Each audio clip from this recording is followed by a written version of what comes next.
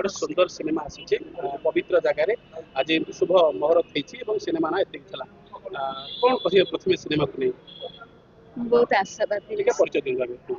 ମୁଁ ବିଜୟଲକ୍ଷ୍ମୀ ପ୍ରହରାଜ ଆଉ ଏ ସିନେମାରେ ମୁଁ ବର୍ଷା ଯେ ଆମର ହିରୋଇନ ତାଙ୍କର ଆଇ ରୋଲ କରୁଛି। ଏ ଫିଲ୍ମ ନେଇ ବହୁତ ଆଶାବାଦୀ ଆଉ ଭଲ ହବ ଏବଂ ସମସ୍ତଙ୍କୁ ଏବେଠାରୁ ମୁଁ ନିମନ୍ତ୍ରଣ କରୁଛି। ମ୍ୟାଡାମ ଆଗେ ସମୟ ଥିଲା ଆଜ୍ଞା ପ୍ରତ୍ୟେକଟି ଫିଲ୍ମରେ ମ୍ୟାକ୍ସିମମ୍ ଫିଲ୍ମରେ ଆଇ ଥିଲେ, ଆଜ୍ଞା ଜେଜେମା ଥିଲେ। ଏବେ କିନ୍ତୁ ଆମ ଫିଲ୍ମର ମାନ ବୃଦ୍ଧି ଘଟିଛି। ଆମେ ଟିକେ ଟେକ୍ନୋଲୋଜି ଆଡକୁ ଗତି କରୁଛୁ କିନ୍ତୁ କୌଣସି ଫିଲ୍ମରେ ଆଉ ମା ଆଇ ରହୁନାହାନ୍ତି। ତ ଆପଣ ଆଉଥରେ ସେ ପୂର୍ବ ଯୁଗକୁ ଫେରିଲେ କି 90 ଦଶକକୁ? ଉପରେ ସବୁ ନିର୍ଭର କରେ, ତେଣୁ ସେଥିରେ କଳାକାରର କିଛି ଗୁରୁତ୍ୱ ନାହିଁ। କଳାକାର ସେଥିରେ କିଛି କହିପାରିବେନି, ଆମେ ଗୋଟେ ଗୋଟେ କଳାକାର। ତେଣୁ କୋଉଠି ଆଇ ରହିବ ନ ରହିବ କାହା ଫିଲ୍ମରେ ନା କିଏ ନା କଣ ପୁରା କରିବ, ମାର୍ଜିତ ହୁଏ ଗୋଟେ ହଁ ସିନେମାଟି ଆହୁରି ଖୁସି ଭଲ ମାନେ ଘରୋଇ ସିନେମା ଭଳିଆ ଲାଗେ। ହୁଁ। ଆପଣ ଯୋଉ କହୁଛନ୍ତି ଘରୋଇ ସିନେମା ଭଳିଆ ଲାଗେ।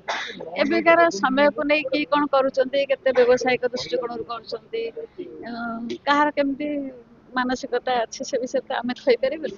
କିନ୍ତୁ ଏଠି ତ ଜଣେ ଆଈ ଅଛନ୍ତି ଏ ଫିଲ୍ମରେ, ମୁଁ ହଉଛି ଆଈ। ତେଣୁ ମତେ ଭଲ ଲାଗୁଛି ଯାହା ହଉ ପୂର୍ବ ଐତିହ୍ୟ ଫେରି ଆସିଲା ବୋଧେ। ଆଉ ମୁଁ ଭାବୁଛି ଯେ ସମସ୍ତଙ୍କ ଆଶୀର୍ବାଦରୁ ମୁଁ କେମିତି ଏଥିରେ ଯୋଉ ରୋଲ ଟିକେ ଯୋଉ କରୁଛି କେମିତି ଭଲ ଭାବେ। ହଁ କୁହନ୍ତୁ। ଯେମିତି ଗୋଟେ ସଫଳ ପ୍ରେମିକର କାହାଣୀ, ଏଠି ଆଇ ନିଜ ନାତୁଣୀ ବା ନାତିକି ପ୍ରେମ କରିବାରେ ସଫଳ କରାଇଛନ୍ତି ନା ମଧ୍ୟସ୍ଥି ସାରି ପ୍ରେମକୁ